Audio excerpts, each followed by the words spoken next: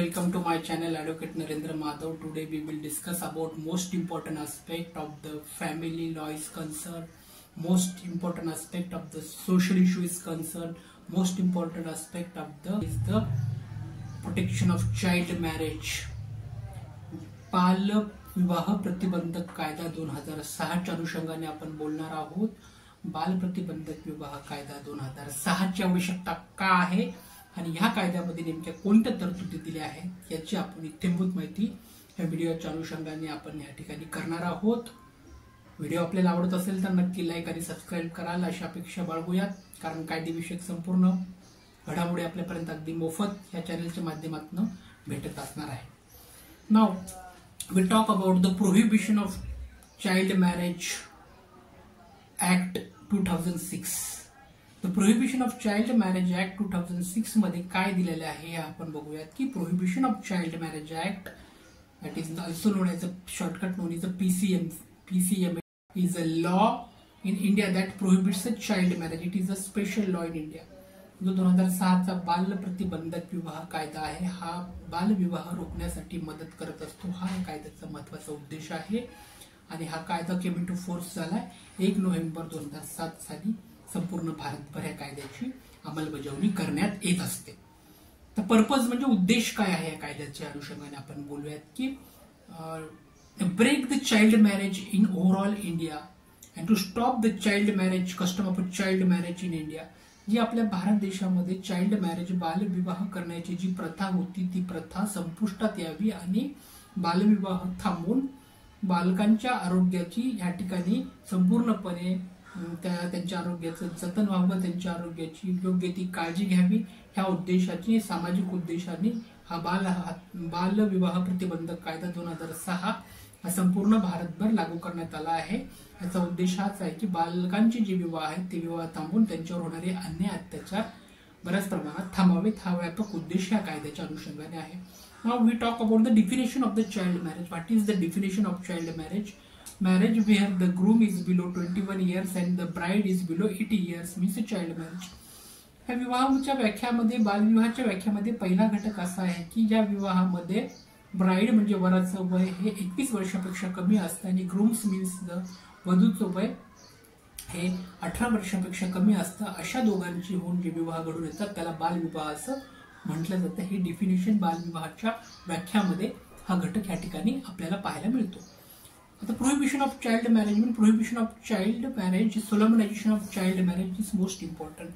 Child marriage घडूनच येऊ नये ह्या अनुषंगाने हा कायदा या ठिकाणी करण्यात आला आहे. त्याची सोलमनायझेशन जी प्रोसेस आहे तीच स्टॉप व्हावी हा व्यापक उद्देश घेऊन हा बाल विवाह प्रतिबंधक कायदा 2006 हा अंमलबजावणी करण्यात आला. तर पनिशमेंट ऑर ऑफेन्सेस म्हणजे काही पनिशमेंट काय काय दिलेले आहेत, त्यामध्ये गुन्हा कशा पद्धतीचे आहेत आणि त्यांच्या गुन्ह्याचे प्रमाण पडल्यानंतर त्यामध्ये शिक्षा कशी आहे हे आता आपण बघणार आहोत. Prescribe the punishment for offences related to the child marriage in following. खालील प्रमाणे त्याची अट या ठिकाणी दिलेली आहे. Penalties for offences: marriage of the minor imprisonment up to 2 years और fine up to 1 lakh rupees. जर मायनर असेल वधू किंवा वर आणि त्यांचं जर लग्न त्या ठिकाणी घडून आलं असेल, मायनर म्हणजे those who have under the 18 years of age for the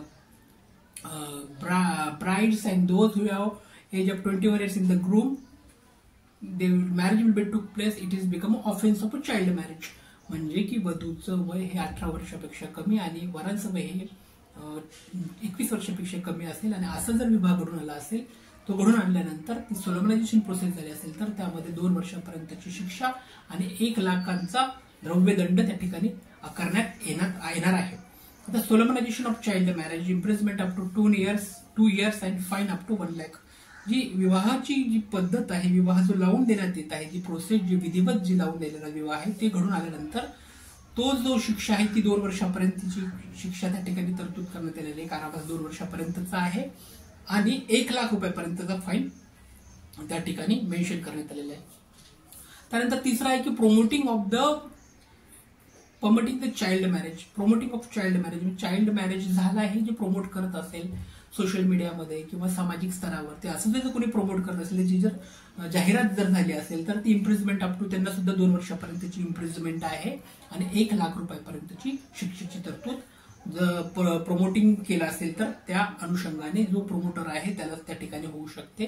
मग तो नातलग असेल, वधूचा असो किंवा वराचा असो किंवा इतर कुणी मध्यस्थ असेल त्यांना सुद्धा 2 वर्षापर्यंतची शिक्षा आणि 1 लाख रुपये दंड ह्या ठिकाणी ठेवलेला आहे. आता अदर प्रोव्हिजन ह्या ठिकाणी दुसऱ्या जे प्रोव्हिजन आहेत ते म्हणजे voidability of the child marriage can be declare void by the court. आणि जर असा विवाह जर घडून जर आला असेल आणि तो कोर्टाच्या समक्ष निदर्शनास आले तर कोर्टाला तो वाईड ठेवण्याचा पावर जो आहे तो पावर ह्या ठिकाणी देण्यात आलेला. जे विवाह झालेला आहे ते विवाह जो आहे अवैध आहे, त्यामध्ये वैधता त्या ठिकाणी तपासली जाते आणि तो विवाह अवैध त्या ठिकाणी ठरवण्यात येण्याचा पावर कोर्टाला त्या ठिकाणी देण्यात आलेला आहे. The maintenance and custody court can order maintenance and custody of the children born out of a child marriage. आणि चाइल्ड मॅरेज झाल्यानंतर एखादी बाळ जर त्या ठिकाणी जन्माला आला असेल आणि ते जर कोर्टाच्या निदर्शनात आलं असेल तर त्याचं मेंटेनन्स करण्याचा आणि कस्टडी घेण्याचा पावर सुद्धा कोर्टाकडे आहे. आणि कोर्ट त्या अनुषंगाने मेंटेनन्स त्या ठिकाणी मेन्शन करू शकतो. त्या ठिकाणी जी पोटगी आहे त्या लेकरांचे भरण पोषण करण्यासाठी ती देण्याचा पावर ह्या ठिकाणी कोर्टाला देण्यात आलेला आहे. आणि ते जे लहान बाळ आहे त्या लहान बाळाची कस्टडी सुद्धा घेण्याचा पावर ह्या ठिकाणी कोर्टाला देण्यात आलेला आहे. नंतर प्रोटेक्शन ऑफ द विक्टिम्स त्या ठिकाणी तरतूद आहे की act provide the protection to the victim of child marriage. जर एखादा ऍक्ट जर करण्यात आला असेल तर जो काही विक्टिम आहे त्या विक्टिमला प्रोटेक्शन देण्याची ऑर्डर कोर्ट त्या ठिकाणी करू शकतं. ती ऑर्डर कोर्ट त्या ठिकाणी केल्यानंतर त्यांना प्रोटेक्शन देण्याचं काम त्या ठिकाणी असणारे संबंधित पोलीस अधिकारी त्या ठिकाणी करत असतात. आता या ठिकाणी बरेचसे असे अमेंडमेंट झाले. 2017चा जो अमेंडमेंट आहे तो क्रुशियल आहे. 2021चा जो अमेंडमेंट आहे तो पण या ठिकाणी क्रुशियल आहे. 2017चा अमेंडमेंट जर आपण पाहिलं तर prohibition of child marriage amendment act 2017 increase the punishment for offences related to the child marriage. 2017 मध्ये जी पनिशमेंट जी मेन्शन केलेली आहे, जी शिक्षा केलेली आहे, जी 2006च्या कायद्यानुसार 2017 मध्ये ती शिक्षाचं प्रमाण जे आहे ते वाढवण्यात आलेलं आहे. की 2017च्या अमेंडमेंटमध्ये जी 2 वर्षाची शिक्षा होती ती तिची वाढवणूक या ठिकाणी करण्यात आली. जी फाईन आहे त्या फाईनची सुद्धा वाढवणूक 2017च्या अमेंडमेंटमध्ये करण्यात आली. आणि सगळ्यात क्रुशियल अमेंडमेंट जी ठिकाणी झालेली आहे त्या amendment of 2021 of Prohibition of Child Marriage Act 2021 Amendment Act mentioned that the minimum age of the marriage of the girls from 18 to 21 years age bringing it as per with the boys age.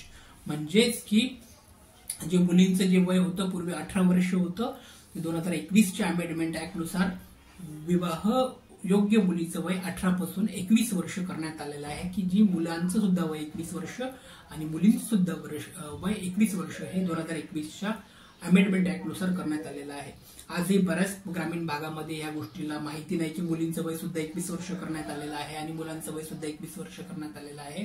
ह्याची जनजागृती ग्रामीण भागापर्यंत जायला हवी आणि लोकांपर्यंत या गोष्टी माहीत व्हायला हव्यात की 2021ची जी अमेंडमेंट आहे ती 2021ची अमेंडमेंट नुसार मुलींचं वय सुद्धा मुलांच्या बरोबरीचं म्हणजे 21 वर्ष या ठिकाणी करण्यात आलेली तरतूद amendment of 2021 prohibition of child marriage act 2006च्या अनुषंगाने या ठिकाणी आपल्या लेजिस्लेशननं केलेली आपल्याला पाहायला मिळते. हे आपण overall prohibition of child marriage act PCMA त्या अनुषंगाने आपण बोललेलो आहोत. पुढील व्हिडिओमध्ये आपण एक दुसराच असा एक महत्त्वाच्या कायद्याच्या अनुषंगाने बोलणार आहोत. चॅनल आपल्याला आवडत असेल तर नक्की लाईक कराल, सबस्क्राईब कराल अशा बाळगूयात आणि या ठिकाणी थांबूयात. धन्यवाद. Thank you so much.